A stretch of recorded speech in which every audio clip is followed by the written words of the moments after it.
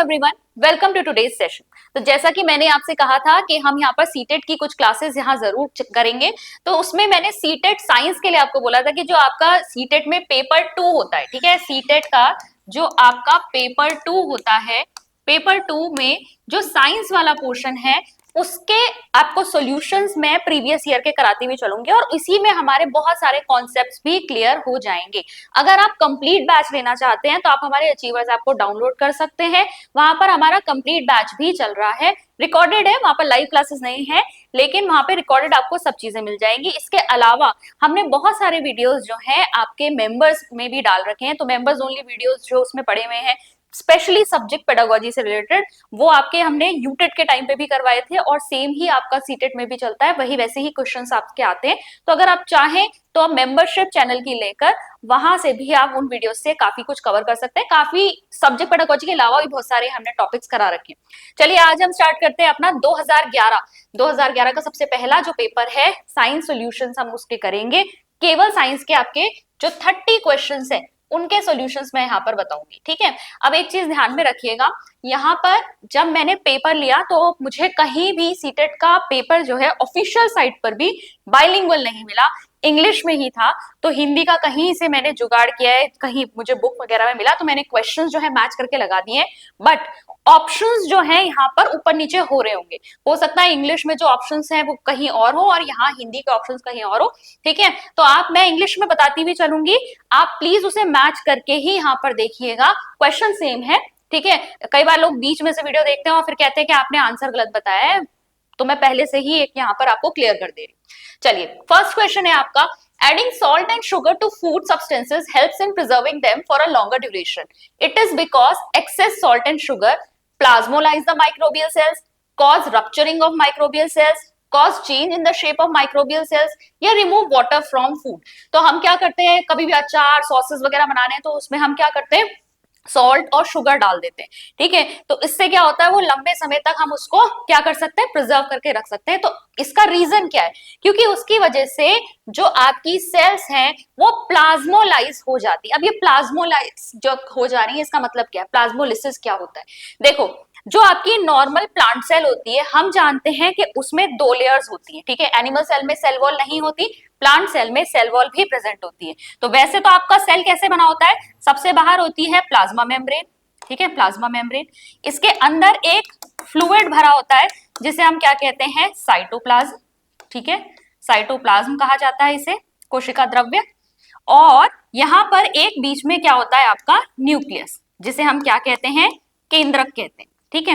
लेकिन अगर यही प्लांट सेल हो तो प्लांट सेल के बाहर एक और लेयर होती है जिसे हम कहते हैं सेल वॉल। क्या कहते हैं हम इसे, सेल वॉल, हिंदी में क्या कहते हैं, कोशिका भित्ति, ठीक है। तो प्लाज्मोलिसिस क्या होता है, यहाँ पर जब आपका जो द्रव्य है अंदर का, ठीक है, पूरा जो सेल है वो सेल वॉल से दूर हटने लगती है, तो ये फाइनली प्लाज्मोलाइज सेल हो जाती है, ठीक है। क्यों होता है ये अभी मैं बताती हूँ नेक्स्ट स्लाइड में। यहाँ पर एक बार समझ लो, ये आपकी नॉर्मल सेल है, ठीक है। नॉर्मल सेल में आपको क्या दिख रहा है, यहाँ पर ये वैक्यूल दिख रहा है, ये आपको न्यूक्लियस दिख रहा है, ठीक है, ये आपका न्यूक्लियस है, ये वैक्यूल है, फिर ये आपका साइटोप्लाज्म है। अब यहाँ पर क्या होगा, जैसे जैसे हम इसको कैसे पानी में डालेंगे, सॉल्ट सॉल्यूशन और शुगर सॉल्यूशन, एक आपका हाइपरटोनिक सॉल्यूशन होता है, हाइपरटोनिक सॉल्यूशन। हाइपरटोनिक सॉल्यूशन को हिंदी में क्या कहते हैं, अति परासरी, इसे क्या कहते हैं, अति परासरी द्रव, ठीक है, सॉल्यूशन, या फिर आप यहाँ पर हाइपरटोनिक सॉल्यूशन समझ सकते हैं। अब हाइपरटोनिक सॉल्यूशन में मतलब क्या होगा कि यहाँ पर जो सॉल्ट्स का कंसंट्रेशन है, ठीक है, सेल के अंदर जो सॉल्ट्स का कंसंट्रेशन है वो कम है और बाहर वाला जो सॉल्यूशन है उसमें सॉल्ट्स की कंसंट्रेशन ज्यादा है, ठीक है। सॉल्ट्स यानी कि आपके जो लवण है उनकी सांद्रता ज्यादा है बाहर के सॉल्यूशन में, तो वो हाइपरटोनिक सॉल्यूशन होगा। अगर किसी प्लांट सेल को आप हाइपरटोनिक सॉल्यूशन में रख देंगे तो उसमें से क्या होता है, एक्सेस वाटर जो है वो रिमूव आउट हो जाएगा और जो सेल के अंदर के आपके यहाँ सेल वॉल के अंदर जो आपको दिख रही हैं चीजें, क्या क्या, आपका वैक्यूल हो गया, न्यूक्लियस हो गया और जो आपका कोशिका द्रव्य यानी कि साइटोप्लाज्म हो गया, ये सब जो है यहाँ पर संकुचित होकर सेल वॉल से दूर जाने लगता है। सेल वॉल तो देखो वहीं की वहीं है, वो रिजिड होती है, लेकिन ये दूर होकर क्या हो गया, ये एक जगह पर इकट्ठा हो गया, इसमें से वाटर रिमूव हो गया और ये सेल कहलाती होती है प्लाज्मोलाइज्ड सेल। अब एक बार जरा ध्यान से देख लो, अगर हम सेल को हाइपरटोनिक सॉल्यूशन में, यानी अगर हम इसे अति परासरी द्रव्य में डालें तो इसमें क्या होगा, हमने क्या देखा था, सेल के अंदर के जो कंटेंट्स हैं वो स्क्वीज हो जाएंगे, संकुचित होकर एक जगह पे इकट्ठे हो जाएंगे और ये सेल वॉल से दूर जाएगा। ऐसी सेल को हम प्लाज्मोलाइज्ड सेल कहते हैं। अगर आप इसे हाइपोटोनिक सॉल्यूशन में रख दो, हाइपोटोनिक का मतलब क्या है, अब सेल के बाहर जो सॉल्यूशन है उसमें सॉल्ट्स का कंसंट्रेशन कम है, अंदर सॉल्ट्स का कंसंट्रेशन ज्यादा है, ठीक है, यानी सांद्रता जो है सॉल्ट की वो बाहर कम है आपकी और अंदर ज्यादा है। तो इस केस में वाटर जो है अंदर चला जाता है, वाटर अंदर चला जाएगा, H2O दिखा रखा है ना, और ये सेल और ज्यादा फूल जाती है। एग्जाम्पल क्या है, किशमिश पानी में डाल दो, सुबह तक क्या हो जाती है, एकदम फूली फूली सी हो जाती है, ठीक है, क्यों, क्योंकि उसके अंदर क्या था, शुगर सॉल्यूशन था, और जब आपने उसे पानी में डाला तो पानी उसके अंदर चला गया। ऐसी सेल को टर्जिट सेल कहते हैं, फूली हुई सेल, ठीक है। और यहाँ पर अगर आप इसे एक आइसोटोनिक सॉल्यूशन में डालो, ठीक है, तो आइसोटोनिक सॉल्यूशन नहीं कहेंगे, हाइपोटोनिक में भी, हाइपरटोनिक में भी आपका ऐसा ही रहता है, ठीक है। आइसोटोनिक में तो क्या रहेगा आपका, आइसोटोनिक में फ्लैसिड नहीं होता, ठीक है। आइसोटोनिक का मतलब तो ये है कि जितनी सांद्रता सॉल्ट्स के अंदर है उतनी ही बाहर है, ऐसे में वाटर अंदर भी जा रहा है तो बाहर भी आ रहा है, कोई फर्क नहीं पड़ता। ये आपका कब होगा, हाइपरटोनिक सॉल्यूशन में। हाइपरटोनिक सॉल्यूशन में हमने प्लाज्मोलिसिस तो कहा ही कहा, साथ ही साथ ऐसी सेल में से पानी जो है आपका बाहर क्योंकि निकल जाता है तो उसे हम कह देते हैं फ्लैसिड सेल, ठीक है। ऐसी सेल क्या हो जाती है, फ्लैसिड सेल हो जाती है। नेक्स्ट पे चलेंगे, root cap is absented, xerophytes, hydrophytes, mesophytes, halophytes. तो देखो रूट कैप क्या होता है, बेसिकली आपकी ये जो रूट होती है ना, रूट में रूट हेयर्स होते हैं, यहाँ पे नीचे से एक कैप जैसी भी लगी होती है, वो उसको हार्ड सर्फेसिस में, जब सॉइल में लगाते हो प्लांट वगैरह तो हार्ड सर्फेसिस से प्रोटेक्ट करता है रूट को, टिप वगैरह को। तो यहाँ पर किसमें इसकी जरूरत नहीं होती, तो हाइड्रोफाइट्स में, जो पानी में उगने वाले पौधे होते हैं, ठीक है। हाइड्रोफाइट्स क्या हो गए आपके, जलीय पौधे, ठीक है, जो पानी में उगने वाले पौधे होते हैं उनमें इसकी जरूरत नहीं होती, क्योंकि ऐसा कोई हार्ड सरफेस है नहीं जहां से प्रोटेक्शन की जरूरत पड़े। नेक्स्ट पे चलेंगे, while teaching the concept force can change the shape of an object to students, a teacher plans the following activity। तो एक एक्टिविटी करवानी है जहां पर टीचर ये समझाने की कोशिश कर रही है कि फोर्स यानी बल के प्रभाव से किसी ऑब्जेक्ट का शेप या आकार बदला जा सकता है। Explain concepts using commonly observed examples, ठीक है, यहाँ पर वो क्या कर रही हैं, कॉमन एग्जांपल्स के थ्रू एक्सप्लेन कर रही हैं। प्रोवाइड अ डो, एक आटे का उन्होंने क्या दे दिया, आटा गुंदा हुआ दे दिया उन्होंने डो, और उसे प्लेट में रख के स्टूडेंट से कहा कि इसको प्रेस करो हाथों से, ठीक है। और इसके अलावा एक उन्होंने कहा कि ऑडियो विजुअल फिल्म उन्होंने दिखाई और वहां से उन्होंने एक्सप्लेन करने की कोशिश की। तो ये अलग अलग तरीकों से वो फोर्स के इस प्रभाव को समझाने की कोशिश कर रही है। तो teacher is using different approaches यहाँ पर यूज की रही है, क्यों, because she wants to prove her knowledge, she knows she must follow her lesson plan, she wants to prepare students for a test, there are different kinds of learners in the class and she wants to address multiple intelligences। तो इसका सही answer आप लोगों को भी समझ में आ रहा होगा, यहाँ पर जो हमारे क्लास होती है उसमें जो स्टूडेंट्स या लर्नर्स होते हैं वो अलग अलग एबिलिटी वाले होते हैं, तो सबकी क्षमताओं के अकॉर्डिंग सभी को, क्योंकि आपको सिखाना है तो मल्टीपल जो है आपने वेज यहाँ पर यूज किए ताकि हर बच्चे के समझ में आए। फिर नेक्स्ट पे चलेंगे, मिस पटेल XYZ विद्यालय की प्राचार्य अलग अलग विषयों के शिक्षण के स्थान पर विज्ञान शिक्षण में एकीकृत उपागम का प्रयोग करना चाहती हैं। इसका आधार है, ठीक है, यानी इंटीग्रेटेड अप्रोच, जो आप सब्जेक्ट्स को जोड़कर एक दूसरे से पढ़ाते हैं ना, तो इंटीग्रेटेड अप्रोच यूज करना चाहते हैं। तो इसका कारण क्या है, शिक्षकों को समय सारणी में व्यवस्थित करने में कठिनाई आती है, शिक्षार्थी अलग अलग शिक्षकों के साथ समायोजन नहीं कर पाते, सभी विषय आपस में जुड़े हुए हैं और शिक्षक उनकी पाठ्यचर्याओं के मध्य संबंध जोड़ सकते हैं, उसके विद्यालय में अलग अलग विषय पढ़ाने के लिए योग्य शिक्षक उपलब्ध नहीं है। तो यहाँ पर सी आंसर आपका करेक्ट है, क्योंकि जितने भी डिसिप्लिन होते हैं वो आपस में इंटरलिंक्ड होते हैं और टीचर जो है वो इस तरीके के लिंकेजेस जो है वो बना सकती है और बच्चों को जोड़कर जो है चीजों को बता सकती है, ठीक है। तो यहाँ पर यहाँ फोर्थ, यहाँ सी वाला ऑप्शन है। नेक्स्ट पे चलेंगे, एक आदमी सुनार बनकर घर घर जाता है और लोगों के पुराने स्वर्ण आभूषणों की चमक फिर से लौटाने का वचन देता है। उस पर विश्वास करके एक महिला अपनी सोने की चूड़ियां उसे देती है, जिन्हें वह एक घोल में डालता है। चूड़ियां तो चमक जाती है पर उनका भार काफी कम हो जाता है। इस धोखेबाज द्वारा प्रयोग किया गया घोल संभवतः क्या होगा। सांद्र HCl, सांद्र HCl और सांद्र HNO3 का मिश्रण, सांद्र HNO3 या तनु HCl। तो ये क्वेश्चन जो है आपका क्लास 10 की आपको एनसीईआरटी में भी मिल जाएगा। इसीलिए मैं यहाँ पर आपको बताना चाहूंगी कि अगर आप एनसीईआरटी देख रहे हैं तो प्लीज आप 6 to 8 की तो आपको देखनी ही देखनी है, 9 10 के भी कुछ टॉपिक्स आप चेक कर लीजिए, वहां से भी डायरेक्ट क्वेश्चन कभी कभी बन जाता है। तो यहाँ पर देखिए गोल्ड की यहाँ पर चूड़ियां थी और उसको किसमें इन्होंने भिगोया होगा जिसके बाद वो शाइन करने लगी, तो ये है आपका सही आंसर बी। ठीक है, ऐसे ये जो मीडियम जो यहाँ पर बना, जो सोल्यूशन इन्होंने यूज किया, इसे हम क्या कहते हैं, एक्वारेजिया। क्या कहते हैं, एक्वारेजिया। थोड़ा और जानकारी ले लेते हैं इसके बारे में। तो एक्वारेजिया को रॉयल वाटर भी कहा जाता है। कैसा मिक्सचर है ये, कंसंट्रेटेड HNO3 और कंसंट्रेटेड HCl का मिक्सचर है। किस रेशो में, 1:3 में, यानी 1 पार्ट कंसंट्रेटेड HNO3 होगा और 3 पार्ट कंसंट्रेटेड HCl होगा। तो इस मिक्सचर को हम कहते हैं एक्वारेजिया या रॉयल वाटर। बहुत ही फ्यूमिंग लिक्विड होता है, क्योंकि गोल्ड प्लैटिनम वगैरह आपने सुना होगा, ये बहुत ही लीस्ट रिएक्टिव होते हैं, आसानी से रिएक्ट नहीं करते, लेकिन ये जो आपका सोल्यूशन बनता है ये इतना तेज, इतना स्ट्रॉन्ग होता है कि ये गोल्ड को भी डिसॉल्व कर सकता है। ठीक है, इसीलिए वहां पर जो चूड़ियां थी वो गोल्ड उसमें से डिसॉल्व हो गया और उनका वेट जो है वो यहाँ पर कम हो गया। नेक्स्ट पे चलेंगे। एक शिक्षक कक्षा 6 में भोजन के तत्वों को पढ़ाने की योजना बनाता है। ठीक है, कंपोनेंट्स ऑफ फूड पढ़ाना है। निम्नलिखित में से किसे मुख्य प्रश्न के रूप में प्रयुक्त किया जा सकता है।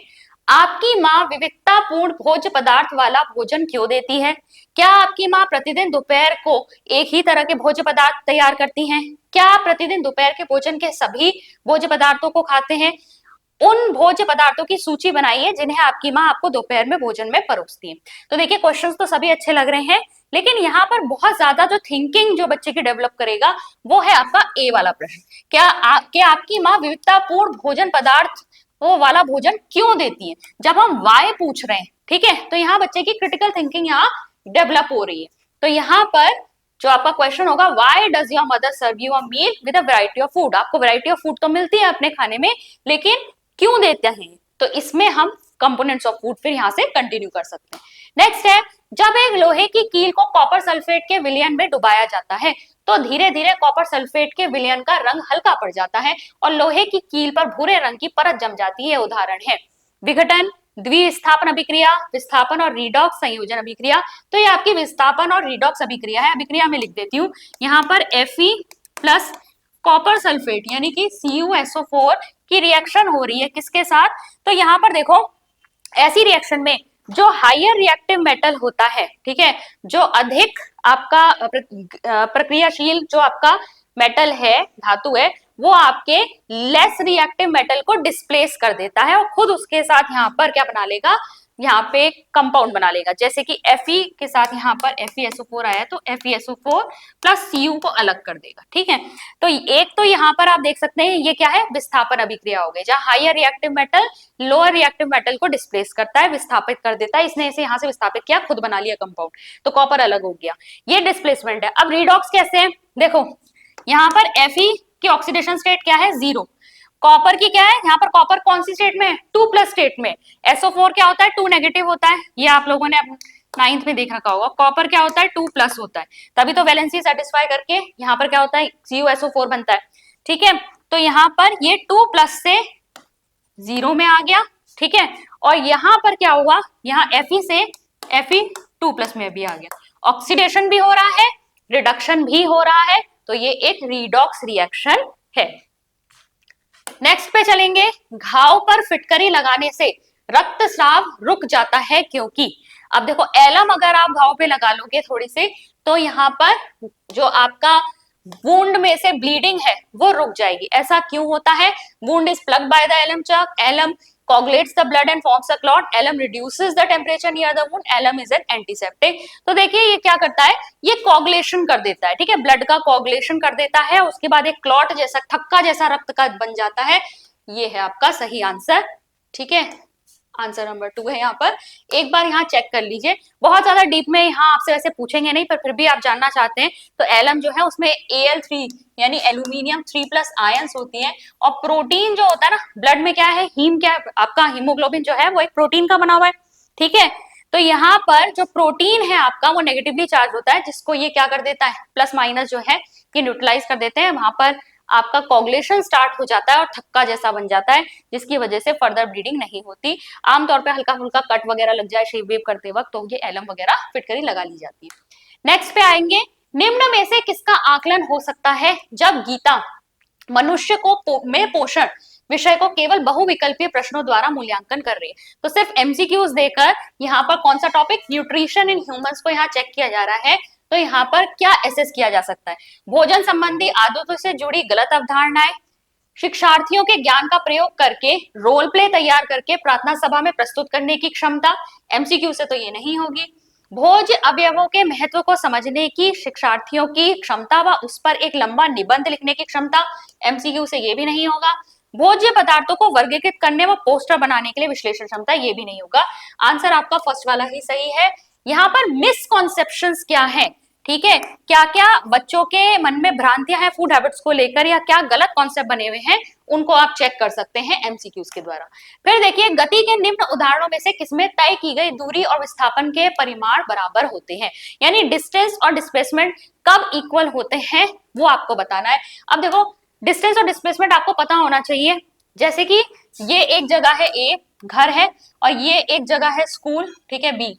अब अगर यहां से आप ऐसे रास्ते से जा रहे हो, ये ऐसे अगर जा रहे हो, ठीक है, तो ये क्या होगा, अगर मैं डिस्टेंस निकालने के लिए कहूं, दूरी निकालने के लिए कहूं, तो क्या होगा, ये टोटल लेंथ मुझे पता करनी पड़ेगी क्या है, ठीक है। मान लीजिए यहां से यहां तक क्या है, 10 है, यहां से यहां तक 20 है, यहां से यहां तक 10 है, तो ये क्या हो गया, 10 + 20 + 10, ठीक है, किलोमीटर या फिर मीटर में ले लो, तो 40 मीटर हमने यहाँ पर मान लिया, तो ये तो हो गया इसका डिस्टेंस। अब डिस्प्लेसमेंट क्या होता है, डिस्प्लेसमेंट होता है shortest distance between initial and final position, जहां से शुरुआत की और जहां पहुंचना है उसके बीच में तो सबसे छोटा आपका रास्ता होता है, उसे हम कहेंगे रास्ता, या छोटी दूरी जो होती है उसको हम कहते हैं डिस्प्लेसमेंट।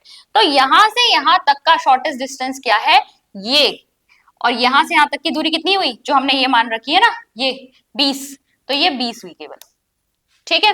अब हमसे पूछा जा रहा है कि डिस्टेंस और डिस्प्लेसमेंट इक्वल कब होगा, तो कब होगा, अगर मान लीजिए ये जो छोटा सा रास्ता है, अगर यहीं से कोई यहाँ पे जा रहा होता, यानी कि स्ट्रेट लाइन में अगर कोई चल के इनिशियल से फाइनल पोजीशन में पहुंच रहा है, तब हम कह सकते हैं कि वो डिस्टेंस और डिस्प्लेसमेंट वहां पर सेम ट्रेवल कर रहा है। तो यहां पर आप देखेंगे, गति के निम्न उदाहरणों में से किसमें तय की गई दूरी और विस्थापन परिमाण बराबर है, वृत्ताकार पथ में नहीं, वृत्ताकार पथ में क्या होगा, सर्कुलर में अगर कोई यहाँ पे पहुंच गया तो डिस्टेंस तो ये पूरा देखना पड़ेगा, डिस्प्लेसमेंट क्या हो जाएगा, 0, ठीक है। अगर इनिशियल से पहुंच के फाइनल पोजीशन भी यही है तो 0 हो गया डिस्प्लेसमेंट।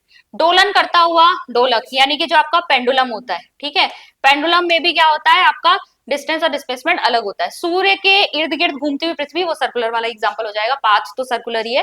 सीधी सड़क पर चलती हुई कार, ये होगा स्ट्रेट, ठीक है। नेक्स्ट, विद्युत यंत्रों में बेकलाइट का प्रयोग किया जाता है क्योंकि यह ऊष्मा का सुचालक है, विद्युत का सुचालक है, विद्युत का कुचालक है, थर्मोप्लास्टिक है। देखिए, बेकलाइट वगैरह के स्विचेस बनाए जाते हैं, वो थर्मोप्लास्टिक नहीं है, थर्मोसेटिंग प्लास्टिक है। कैसा है, थर्मोसेटिंग प्लास्टिक है। ये एक ऐसा प्लास्टिक होता है जिसको अगर आप गर्म करेंगे तो ये खराब हो जाएगा। थर्मोप्लास्टिक क्या होता है, इसको गर्म करके आप फिर से क्या कर सकते हैं, इसकी शेप को चेंज कर सकते हैं, फिर से सही हो सकता है। लेकिन थर्मोसेटिंग प्लास्टिक एक बार जो बन गया है, अगर आप उसे गर्म करोगे तो वो खराब हो जाएगा, उसके बाद हम उसे फिर से रिडिजाइन वहां पे नहीं कर सकते, वो शेप वापस से रिगेन नहीं कर सकता। तो यहाँ पर देखिए, ये तो ऑप्शन है ही नहीं। अब विद्युत का ऑब्वियसली यहाँ पर क्या होगा, कुचालक होगा, तभी हम उसे इलेक्ट्रिकल स्विचेस में यूज कर रहे हैं। नेक्स्ट पे आएंगे, घरों में प्रकाश स्रोत के रूप में एलईडी और सीएफएल दोनों का आमतौर पर प्रयोग किया जाता है, निम्न में से कौन सा कथन सही है। एलईडी बेहतर है, अधिक अच्छा है, क्योंकि सीएफएल में विषैले पदार्थ होते हैं, दोनों एक ही समान अच्छे हैं, दोनों में कोई भी अच्छा नहीं है क्योंकि दोनों में विषैले पदार्थ होते हैं, या सीएफएल बेहतर अधिक अच्छा है क्योंकि एलईडी में विषैले पदार्थ होते हैं। तो देखिए, हम पहले जानते हैं कि पहले तो ट्यूबलाइट्स होती है, उसके बाद सीएफएल आया, अब एलईडी यूज की जाती है। सीएफएल में आपके मर्क्यूरी और अदर कुछ गैसेस होती हैं जो कि टॉक्सिक होती हैं, तो इससे ज्यादा बेटर है आपकी एलईडी। तो एलईडी बेहतर है क्योंकि सीएफएल में क्या होता है, विषैले पदार्थ होते हैं। नेक्स्ट क्वेश्चन पे चलेंगे, पानी बीजों के अंकुरण को कैसे प्रभावित करता है, पता लगाने के लिए शिक्षक ने विद्यार्थियों को सेम के बीज को रुई की परत पर भिगोकर कुछ दिन रखने के लिए और उनमें परिवर्तन देखने के लिए कहा। वह कौन सी एक महत्वपूर्ण सलाह देना भूल गई। ठीक है, तो जर्मिनेशन का प्रोसेस जो है वो बच्चों को बताना है, और उन्होंने क्या कहा है, एक्टिविटी करने के लिए दिया, ऑब्जर्व करने के लिए कहा है, पर कोई इंस्ट्रक्शन जो है वो वहां पर रह गया है। कौन सा इंस्ट्रक्शन रह गया? थोड़े बीज गीली रुई पर, बहुत सारे बीज सूखी रुई पर, थोड़े बीज सूखी रुई पर, बहुत सारे बीज गीली रुई पे। देखो सूखी रुई तो वैसे ही कैंसिल हो जाएगा, गीली रुई पे रखना है। अब बहुत सारे रखने हैं, थोड़े रखने, थोड़े रखने। ठीक है, बहुत सारे रखोगे तो भी नहीं होगा, थोड़े थोड़े रखोगे। नेक्स्ट है ग्रीन हाउस प्रभाव जिससे वायुमंडलीय तापमान बढ़ रहा है का मुख्य कारण है। तो ग्रीन हाउस गैस कौन सी है, इनमें से बेसिकली आपको बताना है, nitrogen, carbon dioxide, sulphur, oxygen. तो इसका ऑप्शन है कार्बन डाइऑक्साइड। हार्मोन एड्रेनलिन है, जब कोई बहुत गुस्से में होता है या चिंतित होता है तो यह तनाव के स्तर के समंजन में शरीर की सहायता करता है, लंबाई नियंत्रण में सहायता करता है, शरीर के विद्युत अपघट्यों के संतुलन पर नियंत्रण रखने में सहायता करता है, या रक्त शर्करा में इसके स्तर के नियंत्रण में सहायक होता है। ठीक है, तो यहाँ पर जो एड्रेनलिन होता है आपका, इसे आप इमरजेंसी हार्मोन भी कहते हैं। क्या कहते हैं? Emergency hormone. बेसिकली हमारी जब भी हम किसी स्ट्रेस वाली सिचुएशन में होते हैं या फियर वाली सिचुएशन में होते हैं तो ये हार्मोन सिक्रीट होने लगता है। इसके बहुत सारे काम होते हैं हमारी बॉडी में। जैसे आप मान लीजिए कि आपको डर लग रहा है अंधेरे से, बहुत ज्यादा अंधेरा हो गया, डर लग रहा है, या आप कुत्ता आपके पीछे पड़ गया और आप भाग रहे हैं। ठीक है, तो ये एड्रेनलिन जो है ये सिक्रीट होना आपके शुरू हो जाता है। एड्रेनलिन ग्लैंड हमारी किडनीज के ऊपर होते हैं, दो होते हैं। ठीक है, वहां से एड्रेनलिन जो है वो आपका सिक्रीट होना शुरू होता है। इसके फंक्शन क्या क्या है? ये हमारी हार्ट बीट को इंक्रीज करता है। क्यों? क्योंकि हमें ज्यादा ऑक्सीजन चाहिए। हम कोई ना कोई ऐसी एक्टिविटी कर रहे हैं, भाग रहे हैं, या डर के मारे हम लोगों को जरूरत ज्यादा है, हमारा ब्लड एकदम से फ्लो तेज हो जाता है। ठीक है, इसके अलावा हमें पसीना आने लगता है, क्योंकि जब आप भागोगे या फिर आपकी ज्यादा आपका हार्ट बीट करेगा तो हीट जनरेट होगी बॉडी में, तो उसको कूल डाउन करने के लिए हमें पसीना भी आने लगता है। तो इस तरह के जो एक्शंस हैं वो एड्रेनलिन ग्लैंड से जो है यहाँ पर होने लगते हैं। तो एड्रेनलिन जो है आपका हार्मोन, एड्रीनल हार्मोन से होने लगते हैं, सॉरी, एड्रीनल ग्लैंड है और एड्रेनलिन जो है वो आपका हार्मोन है, जिसे हम इमरजेंसी हार्मोन भी कहते हैं। तो जब कोई बहुत गुस्से में होता है या चिंतित होता है या तनाव का स्तर पे होता है, तब ये शरीर में आपका सिक्रीट होता है। नेक्स्ट है आपका, यदि किसी द्रव पर दाब बढ़ता है तो उसका क्वथनांक। ठीक है, तो बॉइलिंग पॉइंट के बारे में पूछ रहे हैं कि अगर किसी लिक्विड के ऊपर प्रेशर इंक्रीज कर दिया जाए तो बॉइलिंग पॉइंट पे क्या इफेक्ट आता है। तो इसके लिए सबसे पहले तो आपको पता होना चाहिए कि बॉइलिंग पॉइंट होता क्या है। भाई एक टेम्परेचर है जिस पर जब लिक्विड वेपर में कन्वर्ट होने लगता है तो हम उसे बॉइलिंग पॉइंट कहते हैं। बहुत और ज्यादा डीप में जाओ तब आपको समझ में आएगा कि बॉइलिंग पॉइंट क्या है, जब vapour pressure of the liquid is same as the atmosphere pressure. ठीक है, भाई वेपर्स भी तो, जब लिक्विड में से वेपर्स निकलने होती है तो वेपर्स भी तो इसके ऊपर प्रेशर डालती हैं। तो जब ये वेपर प्रेशर जो है ये एटमॉस्फेरिक प्रेशर के इक्वल हो जाता है, वो उस लिक्विड का बॉइलिंग पॉइंट होता है। तो अगर एटमॉस्फेरिक प्रेशर बढ़ा दोगे तो वेपर प्रेशर को भी तो उतना ज्यादा बढ़ना पड़ेगा, यानी कि बॉइलिंग पॉइंट क्या होगा यहाँ पर, इंक्रीज होगा। ठीक है, तो अगर यदि किसी द्रव पर दाब अगर बढ़ा दिया जाए तो उसका क्वथनांक क्या होता है, बढ़ता है। ठीक है, इंक्रीज होता है। नेक्स्ट देखेंगे, मनुष्य का अंगूठा बाकी उंगलियों की अपेक्षा अधिक स्वतंत्रता से गति करता है क्योंकि इसमें उपस्थित होती है ग्लाइडिंग संधि, हिंज संधि, सैडल संधि, दुराग्र संधि। तो इसमें उपस्थित होती है सैडल संधि। ठीक है, सैडल जॉइंट होता है, इसको चेक करते हैं। देखिए आपके शरीर में बहुत सारे जॉइंट्स होते हैं, तरह तरह के जॉइंट्स हैं। एक बार मैं यहाँ पर दिखा देती हूँ। आपका जो सैडल जॉइंट है, ठीक है, ये है आपका सैडल जॉइंट। तो सैडल जॉइंट जो होता है ये अंगूठे में है। ये इसको, सैडल का मतलब क्या है, देखिए सैडल होता है आपका घोड़े के ऊपर जो सीट रखी जाती है ना, जिसके ऊपर राइडर बैठता है, तो उसी प्रकार का आप यहाँ पर देखोगे ये इस तरीके का बना हुआ है, जिसके ऊपर यहाँ पर ये चीज एकदम फिट हो जाएगी जैसे घोड़े के ऊपर बैठे होते हैं। तो इसी को हम सैडल पॉइंट कहते हैं, और इसी की वजह से इसका जो मूवमेंट होता है वो किस तरीके से आप देख सकते हैं। यहाँ पर ये ऊपर नीचे आपका आराम से मूवमेंट, ज्यादा फ्लेक्सिबिलिटी होती है कंपेयर टू अदर फिंगर्स। ठीक है, यहाँ पर ज्यादा फ्लेक्सिबिलिटी आपको देखने को मिल रही है इस जॉइंट की वजह से। इसके अलावा आपका बॉल एंड सॉकेट जॉइंट होता है। जैसे बॉल एंड सॉकेट मतलब एक सॉकेट जैसा बना है जिसमें आपकी जैसे ये बॉल इसमें फिट जैसी हो जाए। तो अब यहाँ पर ये मूवमेंट बहुत कुछ हो सकता है, यहाँ पर फुल रोटेशन भी हो सकता है, जैसे हमारे शोल्डर में। ठीक है, हाथ जो है आपका पूरा ऐसे जा सकता है, ये बॉल एंड सॉकेट जॉइंट है। ऐसे आप नेक में देख सकते हैं, नेक में आपका पाइवेट जॉइंट होता है, जहां पर ये आप चेक करिए, ये रिंग जैसी बनी है, इसमें ये खाली फिट है, तो ये सिर्फ रोटेट कर सकता है। ठीक है, ऐसे ऐसे करके बस रोटेशन हो रहा है यहाँ पर, ये क्या कहलाता है, हमारा पाइवेट जॉइंट है। फिर आप यहाँ देख सकते हैं प्लेन जॉइंट, जो हमारी रिस्ट वगैरह पर भी होता है, इसी को हम ग्लाइडिंग जॉइंट भी कहते हैं। ठीक है, इसी को हम क्या कहेंगे, ग्लाइडिंग जॉइंट भी कहेंगे। यहाँ पर आपके रिस्ट में, एंकल में, रिस्ट में है और एंकल में। रिस्ट में देखिए जो आपकी ये वाली हड्डी होती है, ठीक है, ये आपकी जो यहाँ से जुड़ी हुई है, ये तो आपका कौन सा है, प्लेन जॉइंट या ग्लाइडिंग जॉइंट। ठीक है, इसके बाद भी आप देखेंगे आप अपने हाथ को कितना आप देखिए मोड़ सकते हैं, चीजों को होल्ड कर सकते हैं। तो इसमें यहाँ पर भी अगर आप ऑब्जर्व करेंगे तो बहुत सारे और जॉइंट्स आपको दिख रहे होंगे, यहाँ भी दिख रहे होंगे, बहुत सारे आपके रिस्ट के बाद भी बहुत सारे जॉइंट्स हैं। इन जॉइंट्स को हम क्या कहते हैं, इन जॉइंट्स को हम कॉन्डिलॉइड जॉइंट कहते हैं। ठीक है, कॉन्डिलॉइड जॉइंट या इलिप्सॉइडल जॉइंट भी इसको कहा जाता है। फिर एक आप हिंज जॉइंट भी ध्यान में रखेंगे। हिंज जॉइंट जो आपका जैसे दरवाजे होते हैं ना, दरवाजों के बीच में जो लगा हुआ होता है उसे हम हिंज कहते हैं। तो जैसे हमारी एल्बो में, ये केवल एक ही प्लेन में ऐसे बस हो सकता है, पीछे नहीं जा सकता, सिर्फ ऐसे हो सकता है, जैसे दरवाजे खुलता है ना, दरवाजा खुलता है उसकी तरह। तो ये हिंज जॉइंट है। ठीक है, तो ये आपके कुछ इंपॉर्टेंट जॉइंट्स हैं। टीजीटी विज्ञान के पद के लिए 4 प्रत्याशियों को वन काटने के परिणाम पर एक एक पाठ योजना बनाने के लिए कहा गया। निम्नलिखित में से कौन सी पाठ योजना वैज्ञानिक उपागम प्रदर्शित करती है। तो साइंटिफिक अप्रोच किसमें यूज हो रही है ये आपको बताना है। पहला ऑप्शन है, इस संप्रत्यय को यानी कॉन्सेप्ट को समझाने के लिए अनेक प्रकार के उदाहरण प्रस्तुत किए जाएं यानी एग्जांपल्स दिए जाएं। ऐसे क्रियाकलाप सम्मिलित करती हैं जिन्हें बच्चे समूह में कर सकें और पावर पॉइंट प्रस्तुत करके निष्कर्ष निकालें। ठीक है, तो एक्टिविटी में बच्चे पार्टिसिपेट करेंगे और उस पर एक पावर पॉइंट प्रेजेंटेशन देंगे और उसके बाद फाइनल कंक्लूजन ड्रॉ करेंगे। देन संप्रत्यय विद्यार्थियों को समझाने के लिए आईसीटी के प्रयोग की बात करती है यानी आईसीटी की हेल्प से बच्चों को कॉन्सेप्ट समझाया जाए। और वन काटने के परिणामों को विस्तार से समझाती है यानी कि इसको एक्सप्लेन कर देंगी। तो यहाँ पे साइंटिफिक अप्रोच की बात हो रही है। देखो साइंटिफिक अप्रोच में प्रॉब्लम को सॉल्व करने के लिए आपको उसको समझना है, उसके बाद उसको आप डेटा को एनालाइज करके फिर एक फाइनल कंक्लूजन ड्रॉ करना है। तो यहाँ पर आपका सबसे ज्यादा साइंटिफिक अप्रोच वाला क्या लग रहा है, बी आपका ऑप्शन सही है। नेक्स्ट पे चलेंगे, गणित और विज्ञान ओलंपियाड संचालित करने का मुख्य उद्देश्य है। तो आपने अपने स्कूल्स वगैरह में भी देखा होगा या सुना होगा ओलंपियाड्स के बारे में।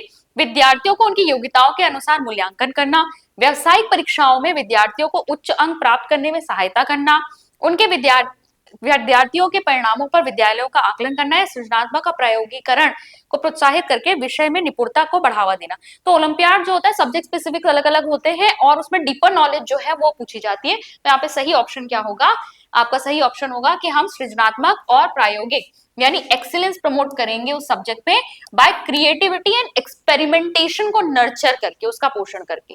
फिर देखिए अधातु ऑक्साइड, अधातु ऑक्साइड क्या होते हैं आपके, नॉन मेटेलिक ऑक्साइड, प्रकृति में क्षारीय यानी कि बेसिक होते हैं, उभयधर्मी यानी एम्फोटेरिक होते हैं, लाल लिटमस पत्र को नीला कर देते हैं। अब देखो रेड लिटमस को ब्लू करने वाले बेसिक होते हैं आपके। ठीक है, प्रकृति में अम्लीय होते हैं। अब यहाँ पर देखिए इनकी प्रकृति पूछी गई है, तो यहाँ पर प्रकृति आपकी क्या होगी, प्रकृति आपकी होगी एसिडिक। ठीक है, वैसे तो आपका ये वाला ऑप्शन भी कहीं ना कहीं यही बता रहा है कि अगर रेड लिटमस को ब्लू कर रहा है तो इसका मतलब वो एसिडिक नेचर है। पर ऑप्शन जो यहाँ पर सही बताया गया था वो यही था कि नेचर यहाँ पर पूछ रहे तो अधातु ऑक्साइड क्या होते हैं, वो प्रकृति में अम्लीय होते हैं, एसिडिक होते हैं नेचर में। ये डायरेक्टली बोल रहा है। ठीक है, ये डायरेक्टली बोल रहा है। यहाँ पर एक एग्जाम्पल से आपको पता चल रहा है कि अगर वो रेड लिटमस को ब्लू में कन्वर्ट कर रहा है तो ये क्या है आपका एसिडिक है। अब नॉन मेटेलिक ऑक्साइड होते क्या आपके, जैसे कार्बन डाइऑक्साइड हो गया, नॉन मेटल होते हैं ना आपके, सल्फर डाइऑक्साइड हो गया, ये आपके नॉन मेटेलिक ऑक्साइड्स हैं and these non metallic oxides are acidic in nature. Next है आपका, एक डॉक्टर अति अम्लता का उपचार करने हेतु एक दवाई देता है, इस दवाई में मुख्य संगठक इंग्रेडिएंट है। तो आपको अति अम्लता यानी कि हाइपर एसिडिटी वगैरह हो रही है, उसके लिए डॉक्टर क्या प्रिस्क्राइब करेगा, AlOH होथराइज, MgCl2, CaCO3, Na2CO3। तो हमें पता है कि एसिड को न्यूट्रलाइज करने के लिए बेस दिया जाएगा। बेस का मतलब क्या है, aluminium hydroxide, AlOH whole thrice होगा। ठीक है, AlOH होल थ्राइस यहाँ पे सही लिखा हुआ है। सही ऑप्शन क्या होगा, 1, यहाँ पर डी। नेक्स्ट पे चलेंगे, एक 5 ग्राम भार वाले पंख और एक 10 ग्राम भार वाली कील, दोनों में समान गतिज ऊर्जा है। ठीक है, दोनों वस्तुओं के संवेग के बारे में निम्न में से कौन सा कथन सही है। भारी वस्तु में अधिक संवेग है, दोनों वस्तुओं में बराबर संवेग है, दो वस्तुओं में संवेग की तुलना करना संभव नहीं, हल्की वस्तु में अधिक संवेग होगा।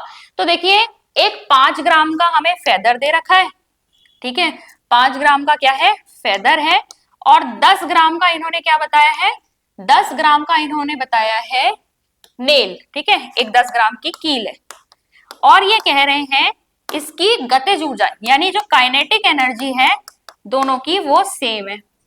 हमसे पूछ रहे हैं संवेग यानी कि मोमेंटम, मोमेंटम किसका ज्यादा होगा ये पूछ रहे हैं। अब देखो इसके लिए आपका एक रिलेशन लगता है, यहां पर अगर आप देखोगे तो काइनेटिक एनर्जी और मोमेंटम के बीच में ये रिलेशन है। ज्यादा अगर समझना है तो देखो kinetic energy is equal to होता है आपका हाफ एम वी स्क्वायर, ठीक है, हाफ एम वी स्क्वायर होता है। अब यहाँ पर मोमेंटम क्या होता है, momentum P is equal to क्या होता है, m इंटू वी।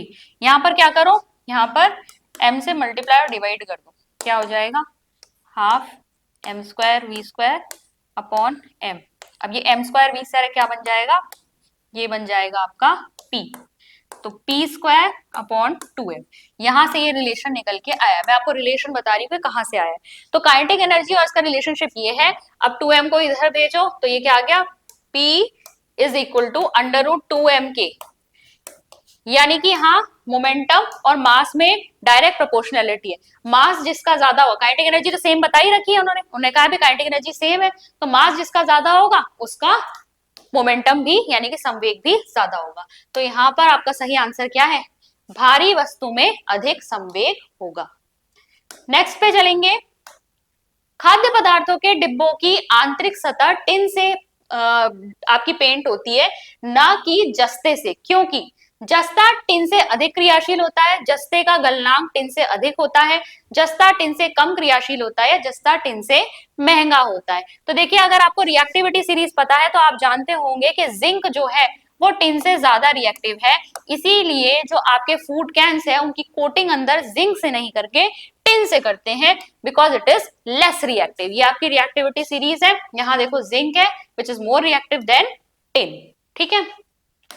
नेक्स्ट है, हरे पौधे दिन के समय कार्बन डाइऑक्साइड की बजाय वायुमंडल में ऑक्सीजन छोड़ते प्रतीत होते हैं, क्योंकि हरे पौधे केवल रात में श्वसन करते हैं, हरे पौधे दिन के समय श्वसन करते हैं पर रात के समय प्रकाश संश्लेषण करते हैं, ये तो बिल्कुल ही गलत हो जाएगा, प्रकाश संश्लेषण सुबह होता है। दिन के समय प्रकाश संश्लेषण की दर श्वसन की दर से अधिक होती है, हरे पौधे रात के समय श्वसन नहीं करते। तो देखो श्वसन की प्रक्रिया भी चल रही है, दिन में भी चलती है, लेकिन दिन में फोटोसिंथेसिस का रेट अधिक होता है, इसीलिए जो प्लांट्स हैं वो ऑक्सीजन रिलीज करते हुए लगते हैं, ठीक है, और वो ले रहे हैं ऑक्सीजन भी, वहां कार्बन डाइऑक्साइड भी जो है रिलीज हो रही है, लेकिन यहाँ पर मोस्टली प्रकाश संश्लेषण की रेट क्योंकि ज्यादा है तो ऑक्सीजन ज्यादा रिलीज हो रही है, इसलिए हमें लगता है कि ऑक्सीजन ही रिलीज कर रहे हैं। तो यहाँ पर आपका सही आंसर क्या हो जाएगा, दिन के समय प्रकाश संश्लेषण की दर श्वसन की दर से अधिक होती है। नेक्स्ट है, विज्ञान की कक्षा में विद्यार्थियों में शोध कार्य से संबंधित दक्षताओं का विकास करने हेतु कार्य का चुनाव करते हुए एक शिक्षक पाठ का चुनाव करेगा जिसे कक्षा के अधिकतर विद्यार्थी पसंद करें, जिसे वह सोचता है कि विद्यार्थियों के लिए महत्वपूर्ण है, जो विद्यार्थियों के दैनिक जीवन से संबंधित समस्या हो और उस कक्षा के पाठ्यक्रम का भाग भी हो, पाठ्यक्रम में दी गई पाठ्य सामग्री में से जिसे एक निर्धारित समय में पूरा किया जा सके। तो देखिए यहाँ पर सी ऑप्शन सबसे अच्छा है, क्योंकि रियल लाइफ से हमें कनेक्ट भी करना होता है, तो बच्चों की जो डेली प्रॉब्लम है उससे अगर वो रिलेटेड है और आपके कोर्स में भी इंक्लूडेड है तो आप उसी टॉपिक को यहाँ पर चूज करेंगे। नेक्स्ट है, एक विज्ञान शिक्षक कक्षा 6 में विद्यार्थियों को हवा के गुण पढ़ाने के लिए समूहों में क्रियाकलाप करवाने की योजना बनाती है, वह समूहों का नेतृत्व करने वाले विद्यार्थियों का चयन किन गुणों के आधार पर करेंगे। तो आपको लीडर बनाना है ग्रुप्स में, तो आप किस बेसिस पे करेंगे, विद्यार्थियों को भूमिका करने का आदेश देना और उनकी अपनी समझ के अनुसार कार्य करवाना, ठीक है, यानी कि आप बस खाली बोल देंगे और सब अपने हिसाब से डिसाइड कर लेंगे। मुख्य भूमिकाएं होशियार विद्यार्थियों को देकर सुनिश्चित कर लेना कि उनका समूह सबसे पहले कार्य कर लेगा, ठीक है, आप टैलेंटेड स्टूडेंट को ही जो है वहां लीडर बना देंगे। योग्यता अनुसार भूमिका देना, प्रोत्साहित करना व सभी समूह सदस्यों के साथ समन्वय बनाए रखना, ठीक है, तो आप क्या करेंगे, एबिलिटी के अकॉर्डिंग यहाँ पर लीडर आप यहाँ पर चयन करेंगे और सबको एंकरेज भी करेंगे और सारे ग्रुप्स के बीच में कोऑर्डिनेट भी करेंगे। भूमिका चयन करने की स्वतंत्रता, अपनी गति से कार्य करना और समझना, ठीक है, तो भूमिका वो अपने हिसाब से चयन कर सकते हैं, अपनी गति से कार्य कर सकते हैं, समझ सकते हैं। तो यहाँ पर देखो सबसे सही ऑप्शन यहाँ पर क्या है, सही ऑप्शन है यहाँ पर योग्यता के अनुसार भूमिका देना और साथ ही साथ बच्चों को प्रोत्साहित भी करना है, उन्हें मोटिवेट भी करना है, ग्रुप मेंबर्स के बीच में कोऑर्डिनेशन भी बिठाना है, ये आपका सही आंसर है। नेक्स्ट है, पानी के अंदर वायु का बुलबुला डैश की तरह कार्य करता है, उत्तल लेंस, समतल उत्तल लेंस, अवतल दर्पण, अवतल लेंस। तो देखिए पानी के अंदर अगर एयर का बबल है तो वो कॉनकेव लेंस की तरह एक्ट करता है, ठीक है, कॉनकेव लेंस की तरह। अब हम इसको देख लेते हैं। अगर पानी के अंदर आपका एयर बबल होता है तो वो कैसा लेंस है, डाइवर्जिंग लेंस है, यानी जो रेज आ रही है वो उसको क्या कर देगा, डाइवर्ज कर देगा, फैला देगा। और डाइवर्जिंग लेंस हमारा कौन सा होता है, कॉनकेव लेंस होता है। तो एयर बबल जो है इसकी शेप के अकॉर्डिंग ये मत समझ लेना कि ये कॉन्वेक्स की तरह करेगा, ये एक्चुअली कॉनकेव लेंस की तरह यहाँ पर एक्ट करता है।